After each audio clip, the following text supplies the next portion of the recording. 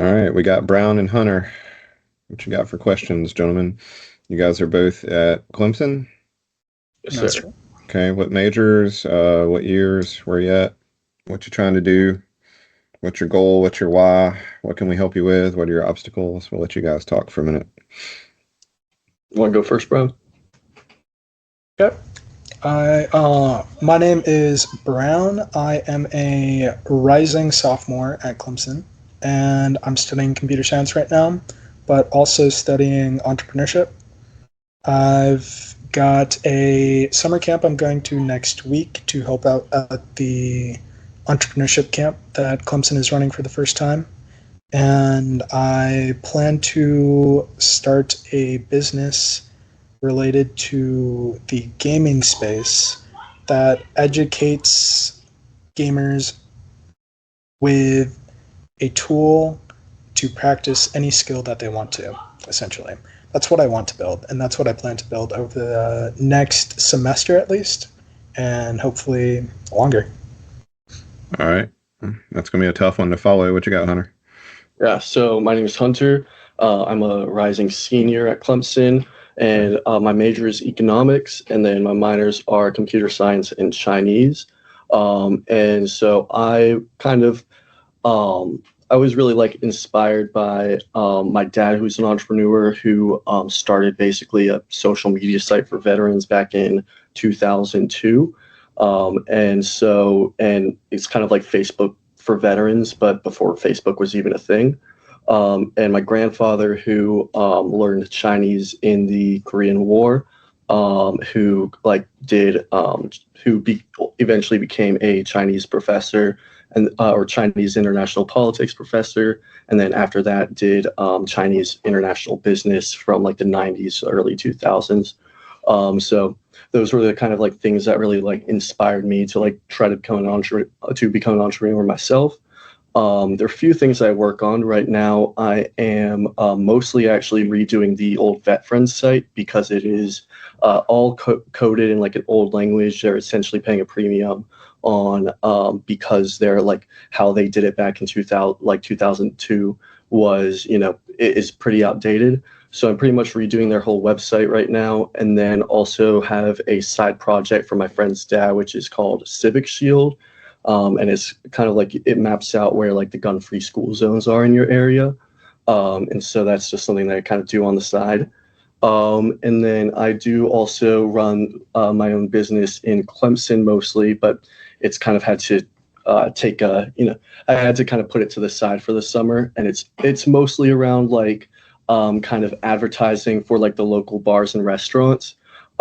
Basically, we have a central like social media account where we just basically tell people like what's going on where.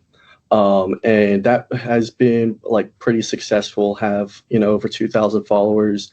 And I've like worked on an app for that. And so I'm trying to, once I've kind of sort things out with the Vet Friends site and the Civic Shield site, I want to kind of pivot back to that app. But that is all about me.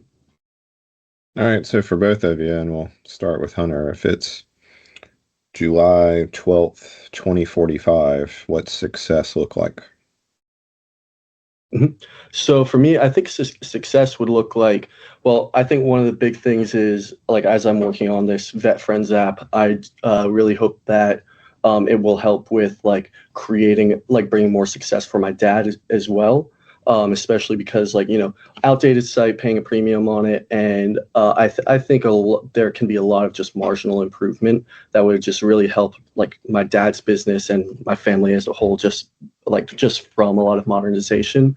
So I think, kind of bring more success to my family, bring more, just kind of helping things run a little bit better in my dad's business, as well as I'd say having my own business, having a team together and being able to financially be able to have everything kind of be able to financially compensate my team without having to feel like I'm always like about to go into bankruptcy essentially. I feel like that's a pretty big goal to get to in business in general. So I don't have like an exact like dollar value or an exact like thing that I've done, But I would say that that's kind of like the overall standard that I'd hope to, have for myself in the future. So your why is success for family and for the people that are working with you? Yeah, essentially, I think a lot of success comes from bringing success to others as well. I think that Okay. that's a lot of my philosophy, but not overdoing it though, right? You got to pay yourself as well. What does that mean? What do you mean not overdoing it? As in, like, if you are paying yourself too low, or like working too like if you get to the point where, let's say, business is going smoothly, but you are essentially like having to sacrifice yourself to keep everything afloat. Have you seen That's not someone a do that situation. before, Hunter? Sorry. Have you seen an example of that? Yeah, sure. So, I mean, if you like for I mean, we've had, like, with business, as always, there's been like great times and hard times too. So, I mean, sometimes as an LLC, seeing like sometimes it would be that, my dad's like trying to make payroll, as well as like trying to make sure that like debts are still being paid off, or like and making sure that you can cover the costs of the, everything of your actual supplies, of your, the products that you're selling to people. So it's all like you can have some really tough margins, to the point where he was like, at one point he was like paying himself minimum wage pretty much, right? Just, working 7 a.m., 7 p.m. and bringing home like, my younger brother who works at a restaurant is like technically making more money, right? Like that was kind of like the case for a little bit and stuff, right? So I know it gets hard at times, but you know, that's We'll ask him one more question, Brown, and then we'll switch over to you. So Hunter, are you living your dad's life or your life? I'd say I'm mostly living my life actually. So I think that I'm kind of just like I'd say I'm at a point right now though where I kind of do have to essentially like where I have to where helping other people is kind of like how I have to like, I guess help myself essentially. Like at the beginning of the summer, I was trying to like expand my business into a different city and stuff, right? So that when, because it's a college business, it exists in Clemson, right? So that during the summer, I don't want things to die off, right? Go try to build a separate section in a separate city, right? But I went broke pretty quickly and stuff, right? Because I didn't have, I didn't have the financial resources for myself. I didn't really have I don't think I had my plan really set, and I didn't really have a team either that I think could really have helped me. That could have compensated for the skills that I don't have.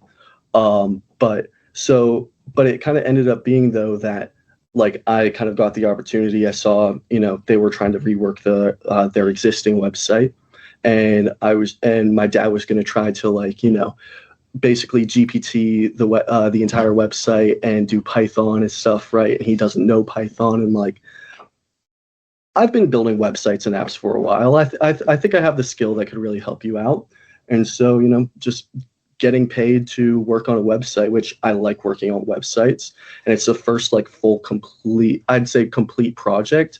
And I mean the website itself already has over 3 million users, right? So that's a great thing for me. So I'd say like, yeah, I'm helping them out and stuff, right? So Brown, Yeah, if you were going to summarize what he said in like 2 or 3 sentences, what would you say? if I Hunter were to tried to keep his business afloat at the beginning. It didn't really work out. He got an opportunity to help out his dad, which is part of his life philosophy, right? Helping out others to help yourself. And that allowed him to work on a website that houses 3 million visitors. What was the key question I asked him there? What is your why? Yeah, and what's it look like in 2045, right? Do you think it'd take you 20 years to update a website? It's kind of interesting. So we'll come back to that in a minute. Let's let Brown go for a minute. So Brown, what's it look like July 12th, 2045? What would The be question success? was, what is success? I'd say simply dying satisfied. So you want to die in 20 years? Nope, but I would say that if I died at that point in time, that I could look back on it in those last moments and say I was satisfied with what I did. All right, that's kind of grandiose and morbid, I would think. Yeah. Right. If we were to actually get serious for a minute and you said, what would success look like 20 years from now for you? It would consist of, I mean, I have 5 major goals that I want to complete. The first is deciding how I want to live, right? The freedom aspect. There is having a family, people that I love in my life, and people around the world that I would consider friends. There is storytelling. I want to start a company at some point that would be specifically about storytelling and giving like inspiration to future generations or current generations, millennials maybe, just to inspire them to live a life as full as they can. Um, and then I want to travel the world, see all that there is to see in it, and I hear that one a lot from you young guns. What does travel the world mean? Let's take an aside for a second. What does travel the world mean? there's only so much of the world that you see as a young kid, given your family is, taking care of you. There's lots of rules. You don't really know what's going So on, you right? you want to go to North Korea? I would not be against going to North Korea if I expected that I would not be killed, put in prison, or something morbid along those lines. Then, yeah, I would want to see what North Korea is like, too. Okay, and you'd want to go to downtown Columbia with $10,000 in cash in your hand. I actually have been to downtown Columbia, so yeah. Not South Carolina, Oh, not South Carolina. I which is actually don't know hot. too much about It's an that interesting area. aside for a minute. A lot of people say they want to travel the world, but they mean I want to go to Paris and I want to go to Cancun and I want to go to. I'm not sure many people are prepared for what you were actually saying, which is going to see some of the parts of the world that you don't actually hear about, where you actually begin to understand what we actually have here and what we should be appreciative of and the opportunity that we have and all those kind of things, right? Mhm. So, anyway, coming out of that for a minute. All right, so Brown's got a little bit more worldly, bigger perspective of what's going on. Hunter's kind of all over the place. And I want you guys to think about it for a minute. So, experienced business persons coming in here to help you guys. Y'all told me this was like a student entrepreneur group. And the question I asked was, what's the big picture? What's the why? And let's think about that for a minute. Like, why would I go that direction? And I guess the analogy I could use is can I cut steel with a flashlight? How strong is the flashlight? Well, if I could focus it like a laser, I could probably cut steel, right? Mhm. If I could focus on a path or focus on a specific goal or focus on a why, then I can begin to create the path to get there, right? So for most people your age, how old are you, Hunter? Sorry, for most people, what? How old are you, Hunter? Oh, I'm 21. 21, and Brown, you were Just turned 19. 19. Which was interesting because 2045 would be double your life from here, right? Yeah. Whereas it would be like 15 minutes for me, right? So, because time begins to change as you get older. But for most people your age, I try to steer you into somewhat of a why, because to me it's kind of important. Am I painting a landscape or am I painting a portrait? And that way I know what kind of paint and what kind of brushes and what kind of canvas and what I need to go on my journey, right? So if you have a rough direction of what it is success or your why or your end goal looks like, then you can go find some people that have already done it, right? You say, okay, well, who's 10 people that have done what it is I want to do? And what path did they take to get there? Where did they go to school? Who did they hang out with? What did they do? What groups were they in? Did they start their own business or did they partner with other people? What experience did they have? What did they do? What did they fail at? All those kind of things, right? Because the one thing you're trying to do is find a pattern. Because if you can find a rough pattern, then you have a method that you know works, right? And that's kind of the key as an entrepreneur. Do I have a proven business model that has been shown to work before that I know I can get to work if I put in enough effort, time, and all the things that are needed to make that happen, right? So applying that to your life is pretty important. So for you guys, young guns who are wanting to help Very noble, Hunter. Helping others and providing value is how you never want in this world, right? If you provide value, you'll never want anything, right? If you help others and take care of others and provide what they need, they'll take care of you. That's how this world works. And then for Brown, he wants to give people the tools and opportunity that's needed to be able to do what they want to do. That's very noble, right? Now, one of the keys for both of you, name me a couple of people in the world that are just like doing incredible stuff, changing the world. What you got? I always do Jensen Huang. It's probably one of my favorites. Okay. You know, Brown. Oh, Kevin Rose, Kevin Rose. Okay. the guy who started Dig. And are these people poor? No. They're pretty No. wealthy? Yeah. Okay. So we do know and we do have fact that if we become fabulously wealthy, we'll be able to do lots of things, right? I always Yeah. bring up Bill Gates. Bill Gates changed the world in which we operate so that we all can communicate and do things and work together, right? We're on a application from his company talking right now and could talk to literally anyone in the world. He also is curing malaria, right? Well, how did he do it? He had opportunity, he seized it, and he made an absolute fuck ton of money, right? So that could be one path for us. So I come back to what you were saying a minute ago, Hunter. You always want to take care of the people around you, right? But you also have to take care of the main horse, the main tool, the main thing that's driving all of it, right? And all of these things, you have to put your own oxygen mask on first, right?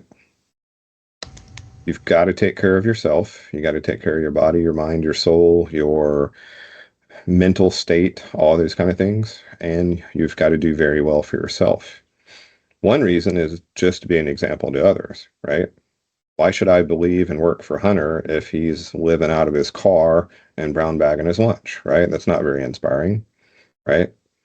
But if he makes it look effortless, pulls up in a Ferrari and takes us all out for $100 steak, maybe I should help this kid out, right? Same thing with Brown. It can be noble to try to help people and provide all the little tools that people need. But if you can do it from a base of stability and you never have to worry and you can always provide for more people and you never have to say no because you're out of resources, that's a pretty important thing too, right? What do you guys think about that? I mean, yeah. I actually saw what's it called? A clip of something similar to that from Alex Hormozzi, saying how he had a friend who liked volunteering, right? And then he asked that friend, okay, actually, it might have been his wife. I think it was his wife. He asked her, okay, would you help out more people if you had more money? And she said, well, yes. And so, what if you just got all the resources you needed right now and then helped people out later, you know? So, she dedicated herself to creating her part of the company, and now she's helping a ton of people too. I mean, I have an example of a good friend of mine. He made dude was in the early days of Amazon stores and made massive amounts of money. And so he wanted to start helping people, and he really likes dogs, right? So he started working at the dog shelter. Well, what do they put him doing? Cleaning up dog shit. He's cleaning up dog shit. He's happy to do it, but then it hits him like, this is stupid. My superpower is working on Amazon and making lots of money. Couldn't I make a bigger impact doing that instead of shoveling dog shit? Okay. Nothing against shoveling dog shit, but if you have a superpower, shouldn't you use it? And he gave this talk. It was a big entrepreneur conference. There were about 100 of us in the room, and we all call this Kenrick's Superman speech. And he basically got into us and said, each of you in this room have a superpower. You have an ability. You have something that others cannot do. You're here for a reason, right? And just like Superman's walking down the street and a car catches on fire, does he chill? Does he go get some coffee? Does he hang out? No, he's fucking Superman. He does what Superman does. He helps people, right? And he does it in the way that he has his powers. So what did he do? He started a company where he sold dog leashes on Amazon. And if you bought a dog leash, he would donate a like-in-kind dog leash to a shelter. He does about 15 million a year right now in dog leashes. And twice a year, they have 2,000 or 3,000 volunteers that show up at his warehouse and pack out all of the things that they're donating to dog shelters all over the country. Do you think that's probably more impactful than shoveling some dog shit at the local shelter? Probably so, right? So for both of you, having that why is extremely important, and it helps you focus on how you can make an impact, right? Because a big question I have for you guys, and it goes back to most of what Hunter was rambling on about for a long period of time, right? Are you busy or are you effective? Write that down, put it by your monitor, put it on your phone lock screen. Like, are you being busy or are you being effective? Super, super important. Are you making an impact? Are you working with others that can make an impact? The question I asked for this whole group of entrepreneur students is, should you start your own company? What do you guys think? Want to go first, Hunter? Yeah, sure. I don't know. I'd say probably, given that you can you've got the time or resources or skills to be able to make it effective. You got to provide something. You got to provide something of value in order for it to work. And so, but yeah, so I'd say probably start with that. But I mean, if you got something that could turn into a company, some skills, some team, probably yeah.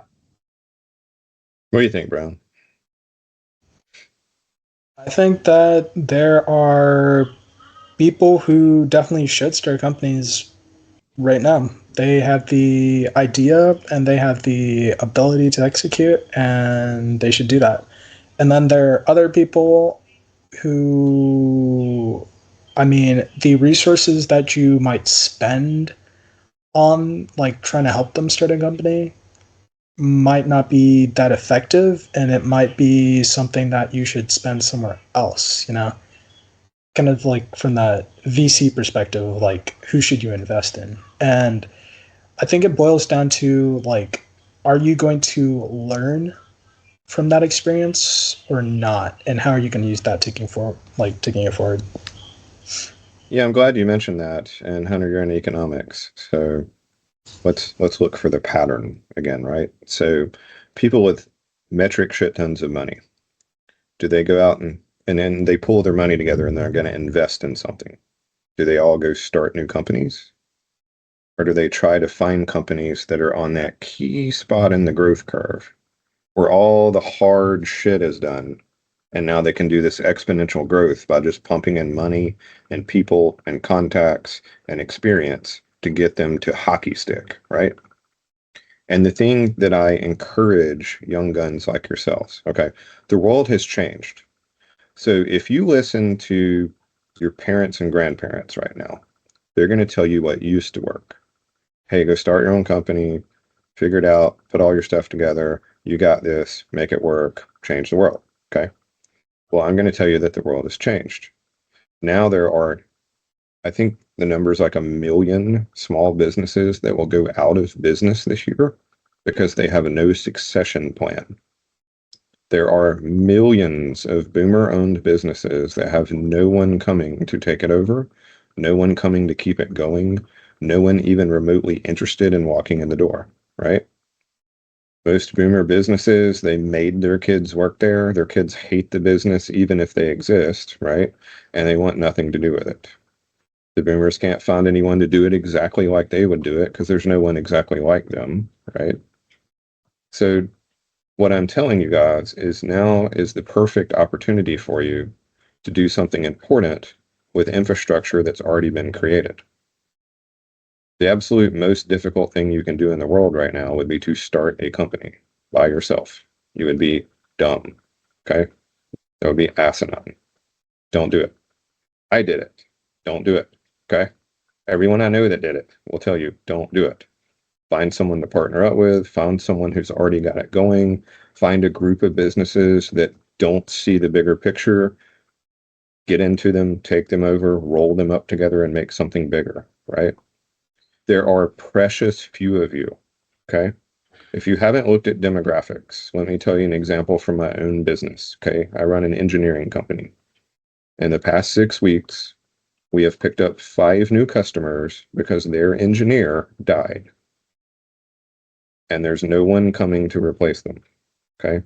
I'm a Gen Xer. We were one of the smallest generations ever. The only one smaller is you guys, Gen Z, Gen A. There are less than you than there have ever been of anyone. Okay. Study your demographics. There's only one place there's a few places in the world that have millennials, right? They're a decent sized generation.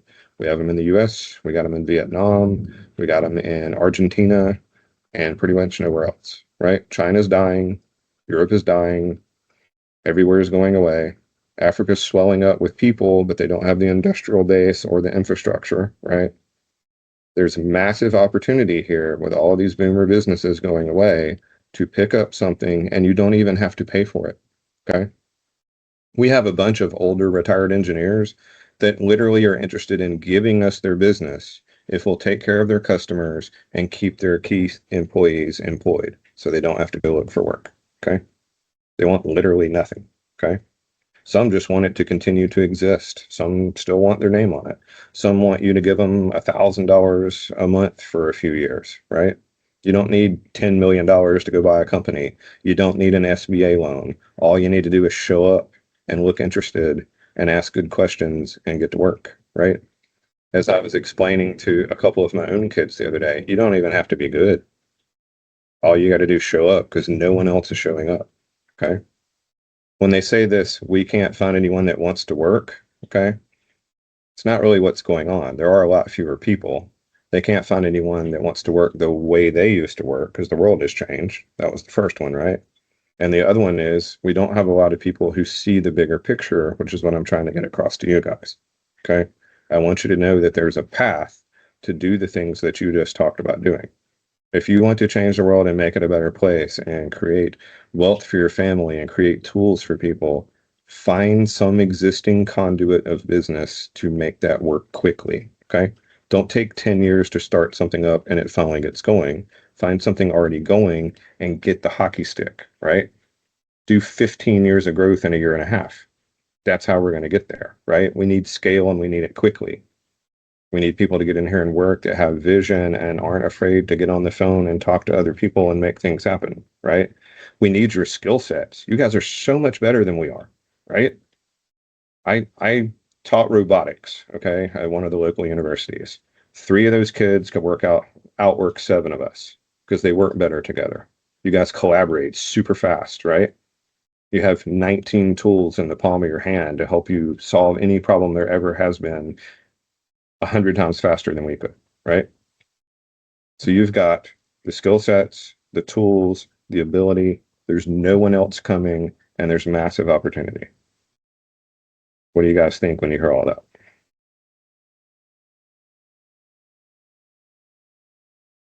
You want to go first, Brown? You guys should be foaming at the mouth to jump in here. It's not like I hear that very often, you know? It's not like, I'd say it's more like the cacophony of like attention grabbers in the world, right? Are more focused on like spamming content and following the latest trends, and, you know, the things that other people find boring are the things that are underlooked and undervalued. So, yeah. That is. My wife has a cousin that makes 5 to 6 million a year running parking garages. Do you think that's difficult? No. Think it's super technical? Yeah, it's got some technology. Do you think it's hard? Probably not. But is anybody else trying to do it? Nah, no one's even thinking about that. Go walk outside, go drive around town, go to the local store, and just look for the negative space. What's the things out there that everybody needs that no one's taking care of? And who's running those businesses? Sell car batteries. You think we're not going to need those? Oil changes, coffee stores. All of these kind of things are available. And there's tons of these businesses that have no succession plan. They have no way out. They have an old owner who wants out badly but doesn't know how to get out. I have another friend who was in Wall Street making lots of money. Okay. Fucking boring. Hated it. Terrible situation. Didn't like doing it anymore. Felt like he could do something bigger. He said, okay, I have skills in business. I have skills in economics. I should probably find something to do in business.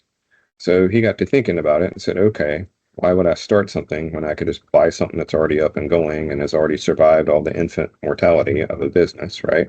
Because most businesses die in the first 3 years. And then most of the rest of the businesses die within the next 4 years after that, right? So let's find one that's already there, already making money. So what did he do?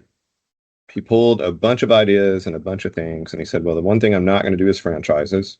So I'm going to pull a gajillion businesses and I'm going to start making offers. Okay. And he would make 500 to 600 offers a week. Okay. Were they good offers? Probably not. Hey, dude, I'll give you 30 cents and a pack of gum for your business. Okay. He got threatened with his life. He got cussed out. He got told no. He got yelled at. He modified his wording. He changed his offers. He got a little better. He just kept going, right? 700 to 800 offers later, he finally got a bite. Okay. What was it? It was a franchise. He's like, okay, I have no interest in this. So I'm going to go in. I'm going to offer them no money. And they literally have to pay me to take it. Okay. What happened? He got it. Okay. Well, there was 15 locations. He has one of them. He comes in and this place replaced windows on houses. Does that sound complicated? Okay. He did one of the hardest things you could ever do. He updated the website and turned on some ad spend and quadrupled the revenue. Okay. He calls the franchise in the city that he's from and he says, hey, if you ever want to sell, give me a call. Okay. Like 4 months later, the guy calls him. All right, I'm ready to sell. And he's like, fuck, I'm not ready to buy. What do I do? Well, I'll just go to the meeting and see what happens. Okay. He's in the meeting. What happens? The guy basically offers it to him. Seller finances it, hooks him up. Now he's got 2 of the 15 franchises. Okay. What does he do with this new franchise? Does some of the hardest things you could ever do. He updates the website and starts some ad spend and takes one of his good foremen and sends them there to implement his systems. Okay. Quadruples the revenue. All right. Now he's 2 of the 15, but he's like 50% of the profit of the overall franchise. So he goes to the owner of the franchise and they have dinner and they have a few drinks. And he said at the end of dinner, he said, I pulled out a grenade and I pulled the pin and I handed it to the owner. Hey, dude, I want to run a massive business and I'm either going to do it with you or I'm going to do it on my own. And I'm either going to keep growing these 2 franchises or I'm going to go out on my own. I'm 50% of your profit for 2 of your locations. You're going to buy me in for nothing. You're going to owner finance whatever portion I get, and I want half of this place, or I'm walking out that door. Here's your grenade pin. You decide what you want to do. Well, the guy was pretty pissed, right? Told him to go fuck himself. Right? Calls him back the next morning, and now my friend owns half of a 15 location franchise that's doing like 100 and something $1 million. Okay. How did he get started? Started sending out emails. He started making offers. He started looking for things that he could do and take over that people were ready to get rid of, right? He looked for opportunity because he had the skill set. He knew he could run a business. He'd been in high finance. He knew what was going on. He knew what the numbers needed to look like. He could read a P&L. He could read a balance sheet, right? All he had to do was find the opportunity. Now, if I could guarantee to each of you that if you made 10,000 phone calls, you'd have a $25 million business, what would you do? Start calling. How many calls would you make today? It'd be a shit ton, right? Like literally a metric shit ton of calls. If I could guarantee you after 10,000 that you got it, right? Well, I'll guarantee you if you make 0 calls, what's going to happen? Nothing.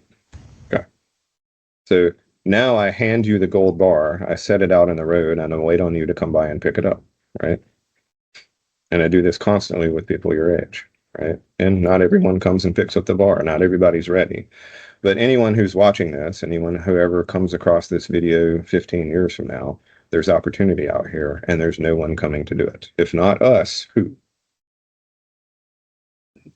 Yeah. All right. Questions, thoughts, comments, what you got? Hunter, I'll let you go first. Well, I don't know. I don't know if I have much question. Many questions. I think it's a good method. I mean, honestly, yeah, I think that's straightforward. Best like pretty straightforward, and I guess I don't know if like the most straightforward way. I guess right. It pretty much is right to build wealth through entrepreneurship. Yeah, I think that makes complete sense. Yeah. Go find someone that's doing it and go do it with them, right? Go find someone like me or older that's got the experience that can hand it off to you very quickly, right? Because one of the things I'm pushing people my age and older is, who are you teaching? And then if the answer is no one, then I say quit being fucking selfish. Please help the world. There are no kids coming behind us, okay? What's interesting was, for the boomers generation, there were so many of them that they competed for everything. So you couldn't help out someone because they'd take your job. Okay. So they're a very guarded generation, right? What they don't understand is the people coming behind them are like a third the size. So competition is dumb. There's not enough of you to compete. You need to work together, right? We need to get something out of every single one of you, right? We've got to help people. We've got to train the next generation to do it, right? I mean, I see it every day in the professions I'm in. There are a massive need for fabricators and welders and pipe fitters and anyone that can wire a control panel and anyone that can do anything in technology. Everything that went to China is coming home. China will be dead in 10 years. It's gone. Like, stop learning Chinese. No reason, right? Unless you just want to pick up pieces, okay? Industrial technology is now where it's at. AI technology, how to do things with fewer people, because there's going to be a lot fewer people. Think about the world with a few billion less people. That's what you're going to live in, okay? And no one's having kids because we've made it impossible. It costs way too much money, right? I have a buddy of mine, he's getting married and they're talking about having kids. So every day I send him a link for how many millions of dollars a kid's going to cost him, just messing with him, right? I mean, if I took my 5 kids and wife to Five Guys for dinner, it'd be like $30,000, right? I mean, it's crazy and ridiculous. Use this to your advantage, because for you guys, there's not any competition. Like, you literally should be partnering with everyone because there's so few of you, right? You would be crazy to not help one another. You'd be crazy to not be in groups and passing along everything that you learn. If you don't have a Discord where you guys are talking about what worked in ad spend and what worked with marketing and what worked with economics and what worked with your profit and loss and who you got an offer from and all those kind of things, are crazy. You guys at Clemson, if you don't have a Discord where you guys are helping each other find jobs, and I'll tell you, we set one up at Kennesaw State where I was teaching, right, for the kids in the department, and they ended up adding a whole bunch of other kids. We got them going to career day interviews, and the early kids would post the questions for the later kids. Oh, that's crazy. They're competition. No, they're not. They're helping each other, right? They're making it better, because the easiest way to get hired from your school is someone from your school is already there working and being amazing, right? If they've got 5 Clemson kids that are absolutely crushing it, you think they're not coming back to Clemson to get some more kids? Of course they are, right? You just got to be the first and blaze the trail, right? You got to be the one. Now, if you guys want a cool author to listen to and a cool podcast, Ed Milet is a really good one, right? Him and Andy Frisella are good buddies. They talk a lot. But Ed Milet's got a book called The One. I may have it here somewhere. Probably. I'm not going to dig through my pile to find it. But he talks about, you guys have heard of the Matrix movie, right? Yeah. You know about Neo? He was the one, right? Okay, so Ed Milet's a big Matrix fan. So he has this whole chapter and really a whole book. It's called One More. But he talks about if you study the families that changed the world, the Rothschilds, the Kennedys, right, the Roches, the people who have all of the money now and have created all of the companies and created many things in this world, right? If you look at it in every single one of those family lines, there was one person who changed it all. They were the one, right? And his challenge to us is, what if you were the one? What if you were the one that changed it all for your family and everyone coming behind you? And if not you, who? Right? So again, the opportunity is in front of you, and you don't even have to be good, right? The hardest thing you guys have to face every single day is imposter syndrome, right? It's crushing you, right? I used to ask every day when I came to class, hey, what are you guys struggling with? And every single day they would say imposter syndrome. They know they have the skills, they know they have the ability, they just don't think they can do it. They just don't think they're good enough. They just don't think people are going to want them. They just don't think they're going to get the job. They just don't think the opportunity is going to be there, right? And what is that? Complete bullshit. I mean, even like in my career field, right, with computer science, I mean, my dad's trying to get me to get an internship for next summer, right? And trying to push me into like one of the Fang, I guess now, what is it like, Mangpa or something? Sure. But then those companies are also like kicking out people right now, so it's like internships, are they going to be easier to get into or harder in the future? Well, there's one way to find out. Mm-hmm. I know if I was handed one in a great company and I had nothing else going on, what would I do? I'd probably take it, Mm-hmm. right? I just had this conversation with my son. So my son, my youngest, he's always wanted to be in wholesale real estate, and he's been struggling trying to figure out what he wanted to do in the world. He's been kind of assing around in college, not really doing as well as he probably could have because he doesn't really have a clear direction, right? So I hit him up the other day. I said, hey, Walker, the richest person I know is starting a business in wholesale, and he'll probably have it at about 7 million in the next year or two, and he's looking for people. You should take the job. And he didn't immediately get in the car and drive out to Phoenix to live with the guy. So what did I think about that? Right? Like, dude, here's your opportunity in the field you've always wanted to work in. You have no obligations, no kids, no relationship, nothing that you have to be anywhere else for. And it's the richest person that your dad knows who has made gajillions of dollars. And the only hard part of the company, this guy is literally one of the experts in the world at. Why wouldn't you already be there? Why? I mean, That the social stigma that kind of. damn imposter syndrome. And then he said, well, what if I lose my friends because I don't go and lease the apartment with them this fall? And I'm like, that's interesting because my friends would have already driven here and beat the shit out of me and drugged me in a car and taken me out there themselves, right? If your friends do not want you to be ultra successful in everything you do and support you 100% behind that, even if it means y'all don't hang out for a little while, then are they really your friends? Okay.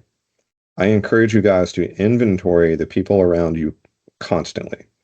3, 4 times a year, say, are these the people I need to be hanging out with? Right. And if it's an aunt or a sister or a cousin or a mom, a dad, a friend, whatever it is that's not supporting you is actually being negative, no contact is the route to take. Right. Because you guys have got to do more. There are fewer of you. We need every single one of you doing something amazing. And if someone is impeding that, they've got to go. Okay? You're the average of the 5 people you hang out with the most.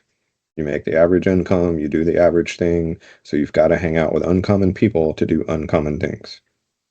You feeling me? And that's why I say go find that person or people that are doing amazing things in an area you want to be and just show up and start working. Don't take no for an answer. Okay. I got an intern, I think it was a year ago, last year, something like that. I was on a call like this with him. He then drove from Kansas to Atlanta, Georgia to have lunch with me, not even knowing if I was available, and then told me I'm coming to work for you. And I said, no, you're not. Yes, I am. I don't have a spot for you. You cannot work here. And he goes, fuck you. I start on May 17th. Okay, I guess you're starting on May 17th. And he came and he worked a summer and absolutely crushed it and got a ton of experience, made some money, made lots of contacts, right? Don't take no for an answer. Show up, be amazing. You might hear no, but what's no mean? One step closer to yes, right?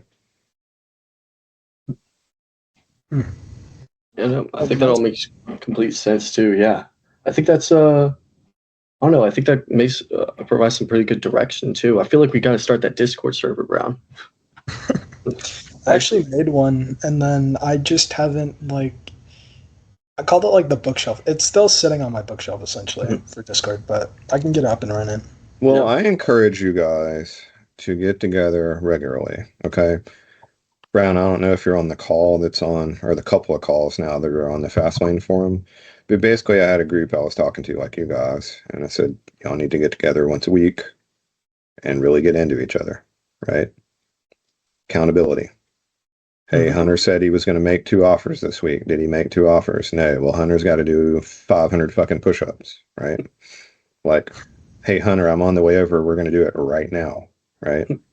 I had a group like this, and it was probably 6 or 7 years ago, and actually it was 7 years ago, and we met every Sunday for an hour for about 5 or 6 years, and every single one of us doubled and tripled our business during that time. Every single one of us found a new relationship and changed our lives and did all these kind of things. Every Saturday we got into each other, right? Hey man, you said you were going to do X. What's it going to take to get it done this week? Hey man, you're having trouble with Y. Here's how I solved it last time. Why don't you try that? Right? We're better together. We're 100% better together. There's no reason for you guys not to be helping each other. It's insane. When you guys find something that works, pass it along to every single one of you. Because again, you don't have competition, right?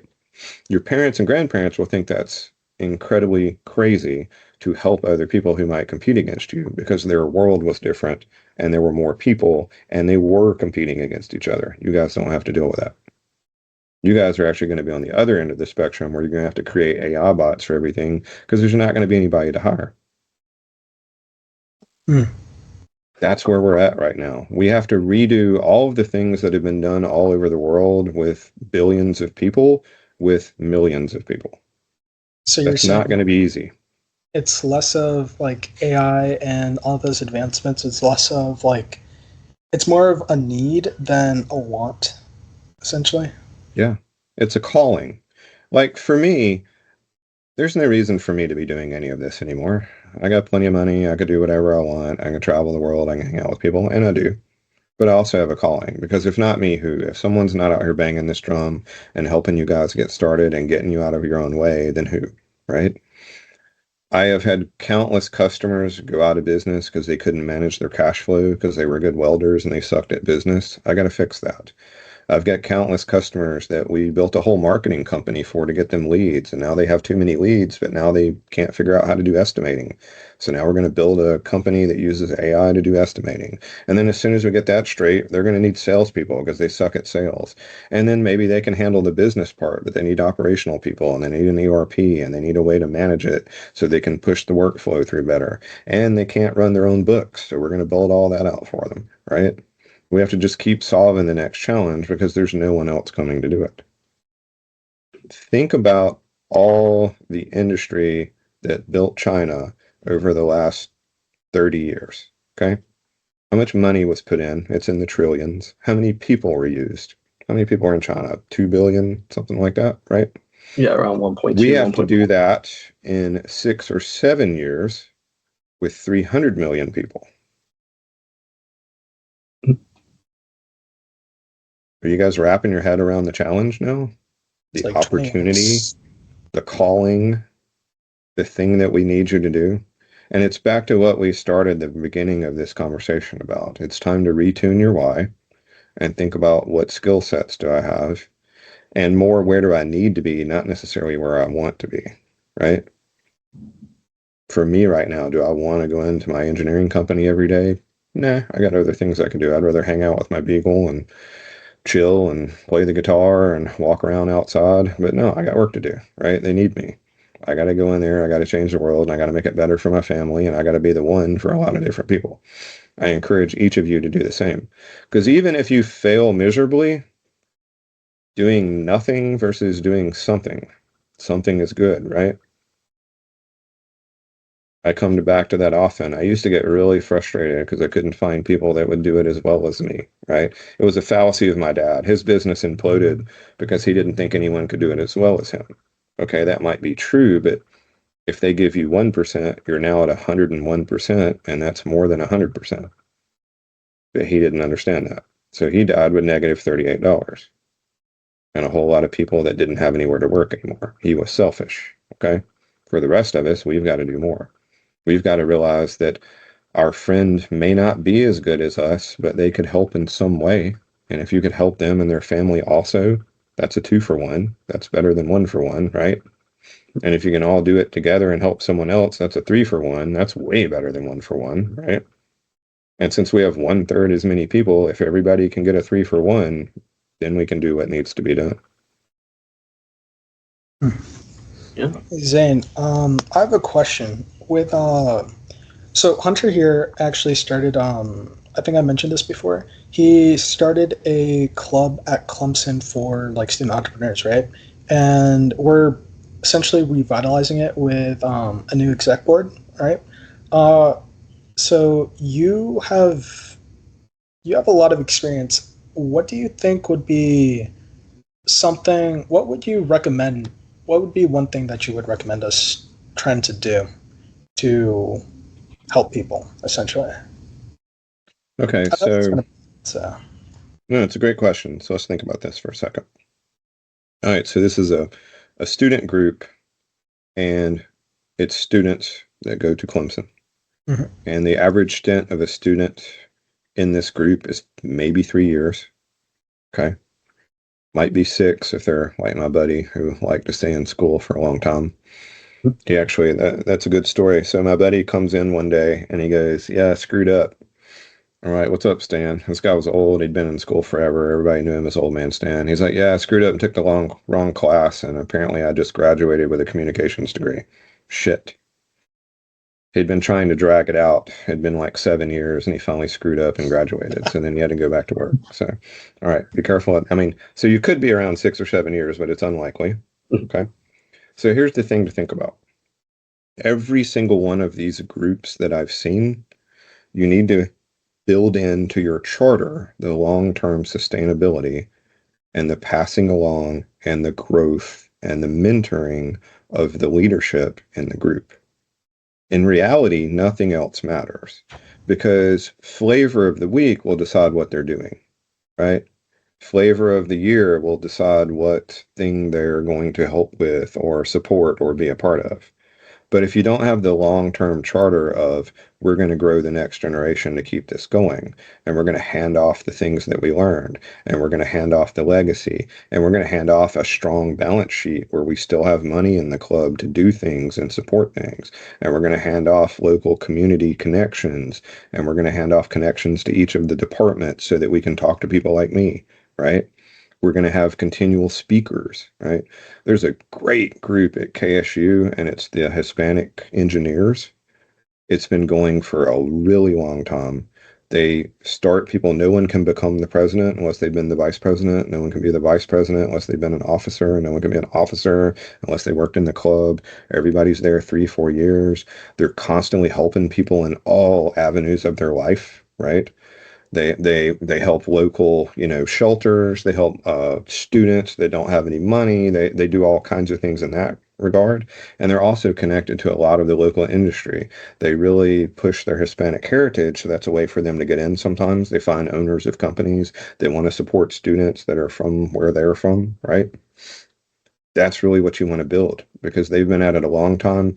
Every single month they have a big rally and a speaker, right? And they fill a room with like 3 or 4,000 people.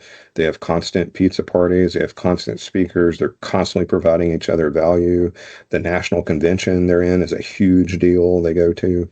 Like that's kind of what you want to do is build something that when it's 2045, you can still go speak at it at Clemson as one of the former officers, right? That's what you want.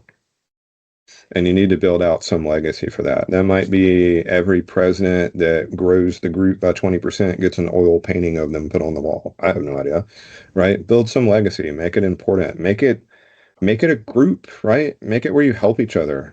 Have a Discord, have all the things where you come together and help one another.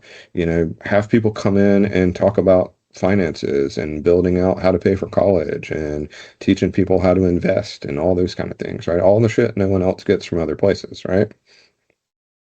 They might learn in their major, but what they don't learn in their major is how to interview, how to talk to people, how to live their life, how to do something important, how to budget their time, how to be effective, not busy. These are all great topics for speakers to come in and talk about. That answer your question, Brown? Yeah. The main thing is it's still there 10 years from now. Mhm. Yeah. You got me? So that's Yeah. a culture. You've got to build a culture of importance and a culture of doing something that matters. I think that's great. Yeah, I think that honestly gives us a good foundation too, because that's how I've that's why we're here stuff, right? How Brown's going to be the next president and stuff, right? But yeah, I think building that legacy too. I don't know, oil painting would be crazy, but I don't know, some kind of I think the cultural it's exactly how you said it, right? You got to build that culture, and it's got to be around a lot of helping people too. But yeah, Sure. And you need clear onboarding. You need a clear, I'll call it career path. You need a clear training path. And you've really got to instill the nobility of service and a responsibility to carry on the tradition. Okay.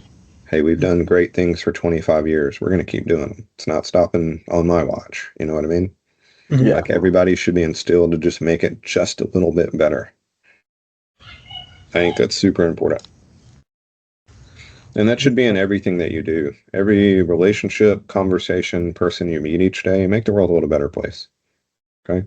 Hold the door open, smile, say hello, go check on the kid that no one talks to, all those kind of things, right? I got a great group of students one time. A freshman kid posted on the Discord server, "Hey man, I don't know if I can do this anymore. I'm thinking about just ending it."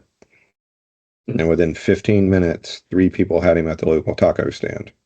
"Hey, I've been there. I got you, bro." That's what it's all about, right? Yeah. Gotta take care of one another. Gotta pick each other up. We're all gonna get our ass kicked all the time, and it's gonna be awesome, right? We're gonna get back up, dust ourselves off, and get back to it. Because we've all been there. We've all faced those challenges, and that's what makes us stronger. That's the cool part about being human. I think that's very true. All right, last question. So you said last question. Mm-hmm. Brown, you got anything? Or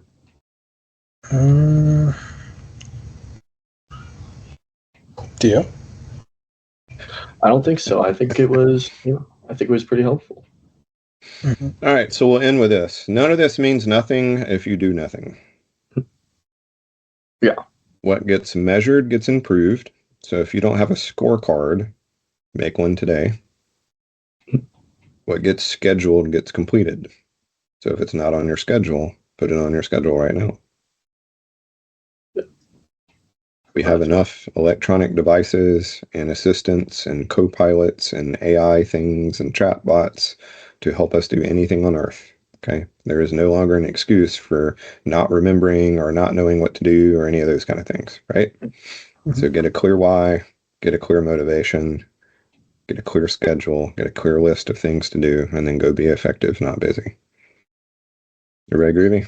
All right, y'all crush it. Let me know when you want to get me back. Thanks a lot, Zane. Later. Yeah, thanks for saying. Thanks, Hunter. Thanks, Brown. See you. Have a great